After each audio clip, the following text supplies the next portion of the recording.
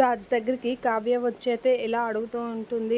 నాకు గోరింటాకు పెట్టరా అనేది అడుగుతూ ఉంటుంది. ఏంటి నేనా అని అంటే, మీరే గోరింటాకు పెట్టరా అని అంటే, ఇప్పుడెందుకో ఈ గోరింటాకు, అసలు ఈ గోరింటాకు నీకు ఇప్పుడు ఎందుకు గుర్తొచ్చింది అనేది అంటూ ఉంటాడు రాజ్. ఆ మాటలకి కావ్య అయితే, ఇది ఆషాఢ మాసంలో గోరింటాకు పెట్టుకుంటే ఆడవాళ్ళకి మంచిదని పెట్టుకుంటున్నాను, పెడితే పెట్టండి లేకపోతే నేనే పెట్టుకుంటాను అని అయితే అంటూ ఉంటుంది కావ్య. ఆ మాటలకి సరే అయితే మంచిదంటున్నావు కదా పెడతాలే అని చెప్పేసి అయితే రాజు అయితే మొహమాటంగా ఒప్పుకుంటూ ఉంటాడు. అంత మొహమాటంగా మీరు ఒప్పుకోవక్కర్లేదులేండి, పెట్టుకుంటే నేను పెట్టుకుంటున్నా అంటే, సరే గోరింటాకు పెడతాను అన్నాను కదా అత్తయ్య అంటే, పెడతారా నిజంగా అని చెప్పి కావ్య అయితే రాజుకి గోరింటాకు ఇస్తూ ఉంటుంది. అలా రాజు కావ్య దగ్గర గోరింటాకు తీసుకొని పెడుతూ ఉంటాడు. ఇక కావ్య అయితే ఇదా పెట్టండి అని చెప్పి చేతులైతే చూపిస్తూ ఉంటుంది. ఇక రాజు అయితే గోరింటాకు కావ్యకి అలా పెడుతూ ఉంటాడు. అలా పెడుతున్న రాజుని చూస్తూ కావ్య అయితే మురిసిపోతూ ఉంటుంది. తన చేయి చూస్తూ మురిసిపోయి